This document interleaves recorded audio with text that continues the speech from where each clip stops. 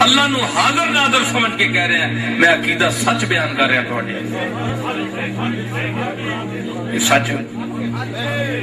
اے تواڈے اندر لیسی گل اگر میں سچی ہے تو لے گی اگر ایمان کی سطح نہیں کوئی بے ایمان بڑھ جائے تو بڑھے جو بے ایمان بننا چاہتا ہے وہ بن جائے اگر آپ مجھ سے تعلق رکھتے ہیں اور میرے دادا بابو جی اور پردادا پیر میرے علی سے تعلق رکھتے ہیں تو آج سے یہ ایمان رکھیں کہ وہی مشکل کشا ہے وہی حاجت روا ہے اسی کے سامنے آپ نے التجا پیش کرنی ہے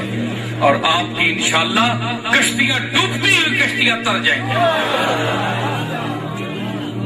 اولیاء اللہ کے ساتھ محبت رکھو ان سے عقیدت رکھو اس حوالے سے کہ یہ ہمیں اللہ کے دروازے پر لے جاتے ہیں غوث پاک کی تعلیمات پڑھو فتوح الغیب پڑھو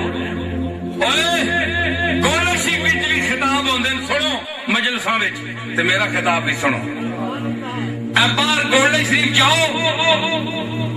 باہر سڑک بند ہوئی ہوندی ہے بایا سچ بول رہا جھوٹ بول رہا بولو نہ کوئی بارش تکتا ہے نہ کوئی دھوپ تکتا ہے میں انشاءاللہ دوسرے پاسے بھی انتظام کر رہا اگلے اڈے والے پاسے بھی پہلے تو بھی انتظام کر سکتا لیکن میں جس دن پہلے کام شروع کیتا ہے میں کوئی خطیب نہیں ہوں کہ میں کوئی تقریرہ کر کے پیسے کھانا اللہ تعالیٰ رجے کر دا پتر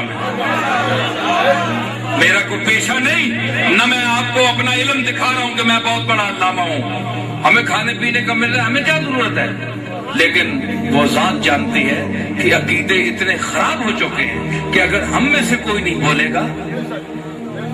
تو یہ جو دنیا بیٹھی ہے نا گولڈ شریف کی اور خانقاہوں کی مرید اس کے متعلق کل مجھے پوچھے گا اللہ کہ تجھے علم تھا تجھے ہم نے تھوڑا سا علم دیا کم وقت تو نے ان کو گمراہ رکھا ان کو کیوں نہیں بتایا کہ اصل میں ہوں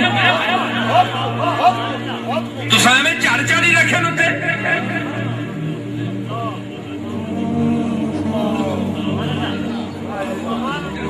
تو کہ ہمیں جناب ساڑھی پیری ختم ہو جائے گی اے میں تیرے سامنے بیٹھا ہے تیرے سامنے بیٹھا ہے زندہ مثال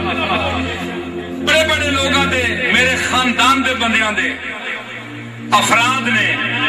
لوگاں نو باہر ملکاں فون کیتے کہ اے پیر میر علی شاہ دے مشن تو ہٹ گیا انہوں پیسے نہ دیو نظرانہ نہ دیو مولویاں نے کیا ہے میرے خاندان دے بندیاں نے کیا ہے میں نام نہیں لانا چاہتا منع کیتا لیکن